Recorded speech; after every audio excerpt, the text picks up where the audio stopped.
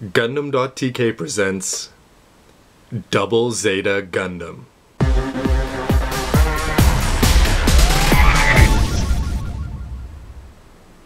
Hey everybody, it's Robert184 from Gundam.tk, and today I'm continuing my look at the high-grade Universal Century Double Zeta Gundam. You've already seen the deboxing and the parts, now it's time to see how it looks as a mobile suit. Putting this together just means attaching the legs onto the hips here. The chest looks like it'll attach on very solidly here to the waist. And with the arms attached onto the movable shoulders, then you're ready to take this red part and plug it into the backpack, and then we'll attach this whole thing onto the back of the Gundam itself. And when that's all finished, you're going to have a pretty awesome looking high-grade Universal Century Double Zeta Gundam. And my first impression is, besides the awesome use of colors and the fact that they're all molded parts outside of 2 stickers on the knees, is the fact that this has been worth the wait from 1999 to have a kit that is this good looking. Here's a shot at some of the details down below. And here's a look at the top. Again, you can see the same amount of detail as in the lower section.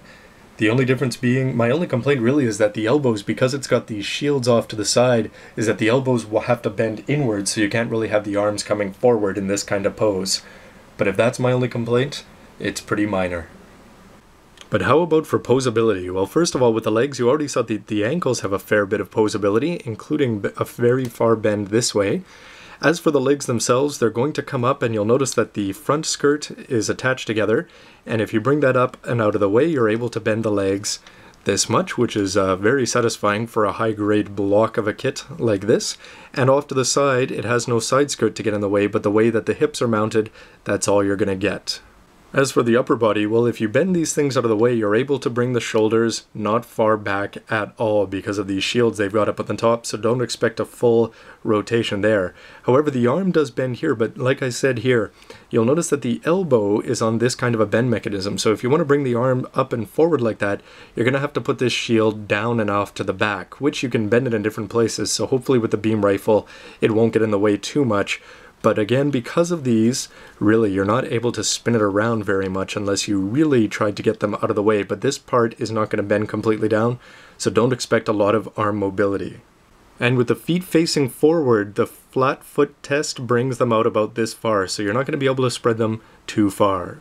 Now, one of the first things I noticed is that because this is on a big ball joint, you're able to bring this up and pivot around, and then it has a lot of mobility, sometimes too much. So far, no weight issues with the backpack dragging it back, but over time you may notice that you have a big gray gap there. But you can prevent that by just pushing it down solidly into place. I should add that in addition to the fact that the shoulder rotates around here, that the elbow also has a bit of a rotation device, and the fact that it looks pretty solid is a bit of a bonus, so you are going to get a little more mobility than I expected. The head can slide forward and back, and it can look boldly off into the future, down and angry, and it can look a little bit perplexed at why the first 18 episodes of this series sucked so bad. For height comparison, at 20 meters, the Double Zeta Gundam is a bit of a beast. And here it is next to the high-grade after-war Gundam X. And depending on, well, if I lined up the legs in exactly the same place, you really get the impression that the X is a lot smaller and sleeker, although it does get the edge ever so slightly with its satellite cannon over the Hyper Beam Sabers.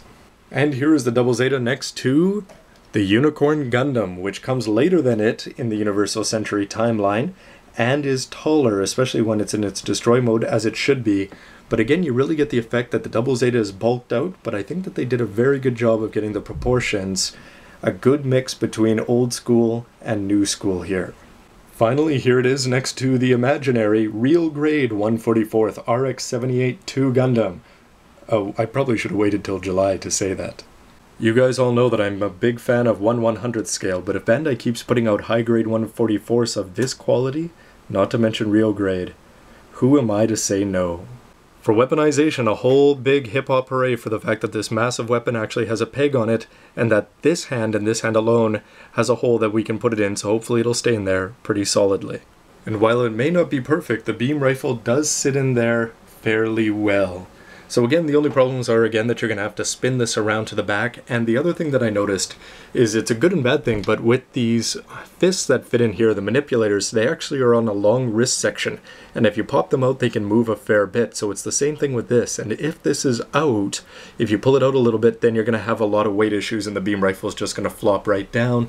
But if you push it all the way back in, then it actually stays in place pretty well. Yep.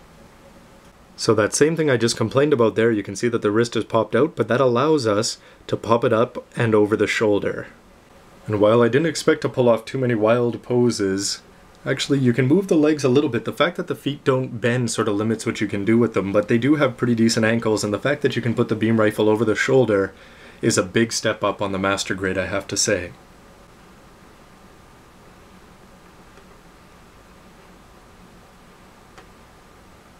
Because though you do have to push the manipulator all the way in to avoid some of the weight issues in some poses, don't expect much more than this if you want to have him staring down the double barrels.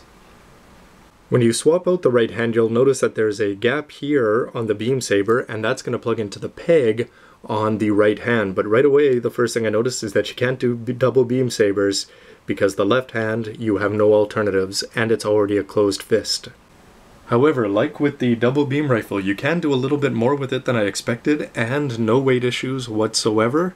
Again, with the manipulator pushed all the way in, and those legs are actually giving me more posability than I expected them to.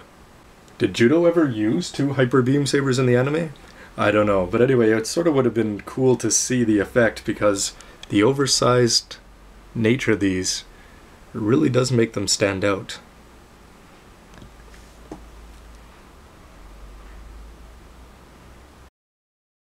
And if you attach it to an Action Base 1, I didn't try it on an Action Base 2 to see if it's going to fall over, but it does look a little bit small in proportion to the actual base itself, but nonetheless, the poses you can pull off are pretty cool.